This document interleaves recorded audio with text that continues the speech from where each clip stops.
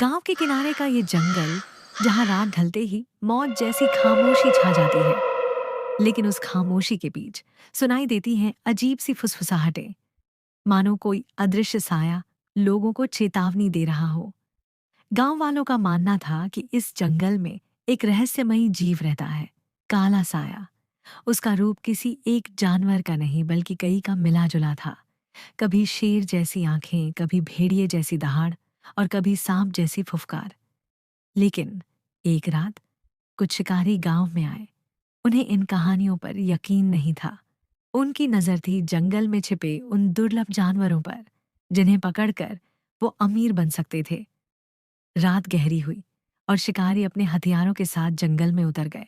चारों ओर सन्नाटा और अंधेरे में चमकती रहस्यमयी आंखें।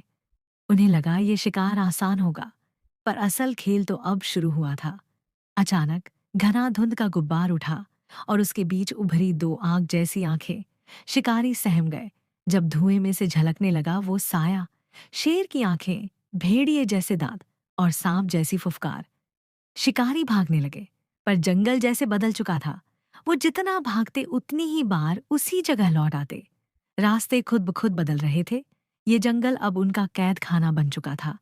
और तभी उनके सामने आया असली काला साया। आधा शेर, आधा भेड़िया और विशाल चमगादड़ जैसे पंख। वो शिकारी उसके सामने कांप उठे। लेकिन अब बहुत देर हो चुकी थी।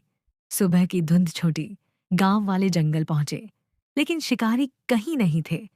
जमीन पर पड़ी थी उनकी टूटी हुई बंदूकें, और पेड़ों पर गहरे पंजों के निशान, मानो रात को वहां कुछ खौफनाक हुआ हो। उस दिन के बाद गांव वालों ने कसम खाई कि कभी इस जंगल से कुछ नहीं छीनेंगे। कहते हैं काला साया आज भी वही है, जानवरों और जंगल का रक्षक बनकर।